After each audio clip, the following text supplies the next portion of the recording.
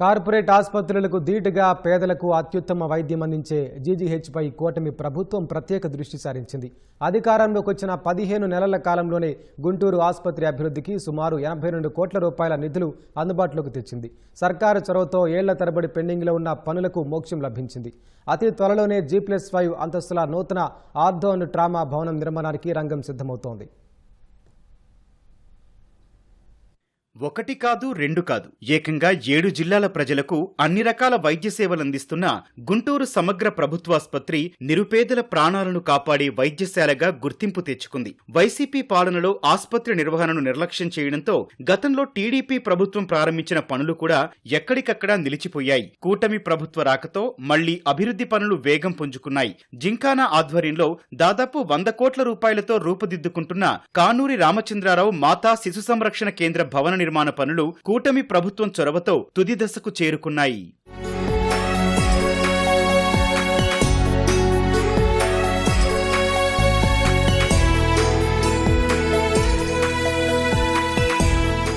$2,69,245 చదరపడుగుల విస్తీర్ణంలో సెల్లార్తో పాటు G+5 బహుళంతస్తుల భవనాన్ని జనవరిలో అందుబాటులోకి తెచ్చేందుకు వైద్యాధికారులు సిద్ధం చేస్తున్నారు. మాతా శిశు సంరక్షణ కేంద్ర భవనంలో వైద్య సేవలు అందుబాటులోకి తెచ్చేందుకు అవసరమైన పరికరాల కోసం సీఎం చంద్రబాబు 27 కోట్ల రూపాయల నిధులు మంజూరు చేశారు. ఈ Kanuri mother and child hospital వలన 600 బెడ్స్ వస్తాయి తల్లులకి పిల్లలకి ఇద్దరికి. దీనివల్ల వాళ్ళకి సర్వీస్ చాలా బాగుంటుందని ఆశిస్తున్నాము. అలాగే బిల్డింగ్ అంతా హై లెవెల్లో మోడర్న్గా కట్టాము. ఇంకొన్ని నెలల్లో ఓపెన్ అవుతుంది. దీనివల్ల మా అందరికీ మంచి సౌకర్యం కలిగి ప్రజలకి అందరికీ సేవ చేస్తామని అనుకుంటున్నాం. నా సతీమణి ఇక్కడ చదువుకొని వెళ్ళారండి. తను 3 సంవత్సరాల కింద చనిపోయారు. తన మెమరీ పేరు మీద ఇక్కడ మేము కూడా ₹1 కోటి పైన ఇచ్చాము. ఇక్కడ ఎన్నో కార్యక్రమాలు చేస్తున్నాము. సర్వీస్ బ్లాక్ కోసం 50,000 చదరపడుగుల విస్తీర్ణంలో తలపెట్టిన G+4 సర్వీస్ బ్లాక్ నిర్మాణం కోసం పారిశ్రామికవేత్త తులసి రామచంద్ర ప్రభు ముందుకొచ్చారు. దాదాపు 10 కోట్ల సొంత నిధులతో అన్ని సదుపాయాలతో భవనం పూర్తి చేసి ఇచ్చేందుకు ఆయన ముందుకు రాగా దానికి వైద్యశాఖ అనుమతులిస్తూ ఉత్తర్వులిచ్చింది. నిర్మాణ పనులను ప్రణాళిక ప్రకారం వేగంగా పూర్తి చేస్తున్నారు. ఈ భవనం ద్వారా diet canteen, sterilization, steam laundry, medical store విభాగాలు త్వరలో అందుబాటులోకి రానున్నాయి.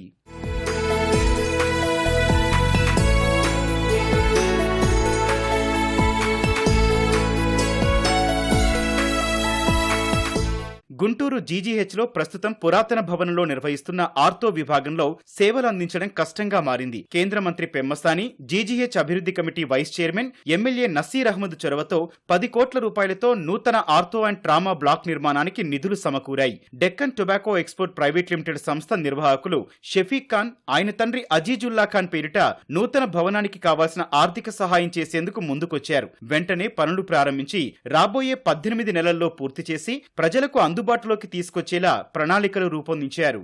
అంటే ఈ రోజుల్లో ఒక 10 కోట్ల రూపాయలు డొనేట్ చేయాలంటే 30-40% ట్యాక్స్ కట్టాలి మనం. అంటే 18 కోట్లు ఎంతో సంపాదిస్తే కానీ 10 కోట్లు మనం ఒకళ్ళకి ఇవ్వలేం. మొత్తం వారే మంచి కాంట్రాక్టర్ని తీసుకొచ్చి మరో 100 సంవత్సరాలు ఆ బిల్డింగ్ ఉండే విధంగా అద్భుతంగా వరల్డ్ క్లాస్గా నిర్మిస్తానన్నారు. ఇందులో G+5 6 ఫ్లోర్స్ ఉంటాయి. దాదాపు 25,000 స్క్వేర్ ఫీట్ వస్తుంది.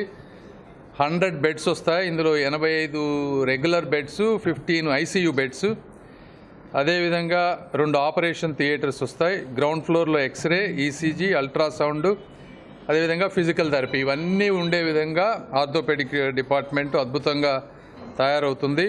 ఈ రోజు వరకు కేవలం ఈ హాస్పిటల్కి 82 కోట్ల రూపాయలు ఏదైనా సిఎస్ఆర్ కానీ గవర్నమెంట్ నిధులు కానీ తీసుకొచ్చాం.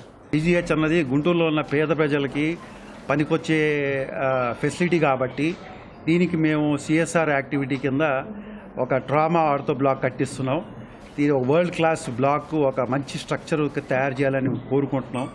దీనివల్ల గుంటూరులో ఉన్న ప్రజలకే కానీ కాక మిగతా ఉన్న పక్కనున్న పల్లెటూళ్ళందరికీ ఇది ఉపయోగపడుతుందని మేము మనస్ఫూర్తిగా కోరుకుంటూ ధన్యవాదాలు తీసుకుంటాం. జీజీహెచ్ భవిష్యత్తు అవసరాల కోసం గతంలో టీడీపీ ప్రభుత్వ హయాంలో గుంటూరులోని బొంగరాల బీడులో 6 ఎకరాలు కేటాయించారు. తాజాగా అక్కడ కంటి, దంత, చర్మ సంబంధిత విభాగాలు ఏర్పాటు చేసి జీజీహెచ్ రోగుల రద్దీ తగ్గించేలా ఆస్పత్రి అభివృద్ధి కమిటీ ప్రణాళికలు రూపొందించింది.